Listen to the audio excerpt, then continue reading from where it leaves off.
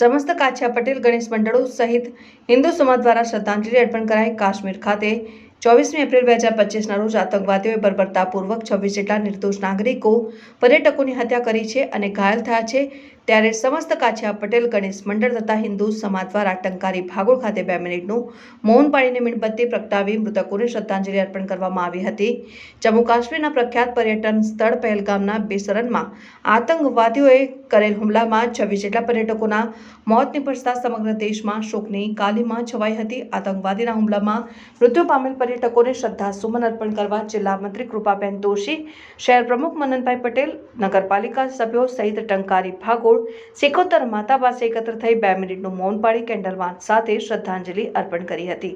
આ સમયે વિવિધ મોરચાના હોદ્દેદારો, નગર અગ્રણીઓ જીતુભાઈ મકવાણા, મહેન્દ્રભાઈ સોની, કાછિયા પટેલ સમાજ યુવાનો, નગરના ઉપપ્રમુખ, મહામંત્રી, મંત્રી સહિત મોટી સંખ્યામાં ભાઈઓ બહેનો હાજર રહ્યા હતા।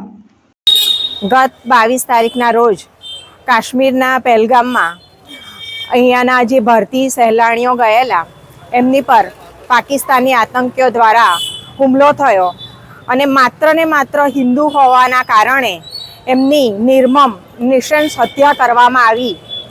એવા ભારતીયો કે જેમનો કોઈ વાંક નહોતો એવા ભારતીયોની જે હત્યા થઈ એમને આત્માને શાંતિ મળે અને એમના પરિવારજનોને આ દુઃખ સહન કરવાની શક્તિ મળે એવી પ્રભુને પ્રાર્થના કરવા અને શ્રદ્ધાંજલિ અર્પવા માટે આજરોજ જંબુસરમાં અમે સૌ અહીંયા ઉપસ્થિત થયા હતા।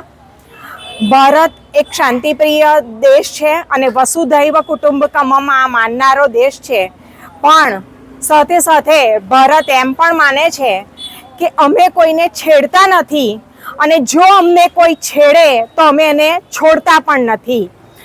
અને આ ગીતાનો સંદેશ આપનાર કૃષ્ણની ભૂમિ છે એટલે અમને અમારા માનનીય પ્રધાનમંત્રી મોદીજી, ગૃહમંત્રી અમિત શાહજી અને અમારી લશ્કરી સેના પર પૂરો વિશ્વાસ છે। આ જે હત્યા થઈ છે એનો બદલો અમે વળતો જવાબ પૂરા વિશ્વાસથી છે અમને કે સરકાર આપશે અને અમે આજરોજ આ બધા મૃતકોની આત્માની શાંતિ માટે પ્રભુને પ્રાર્થના કરીએ છીએ। અમને વિશ્વાસ છે કે બહુ જલ્દી કડક વળતો જવાબ અમે આપીશું।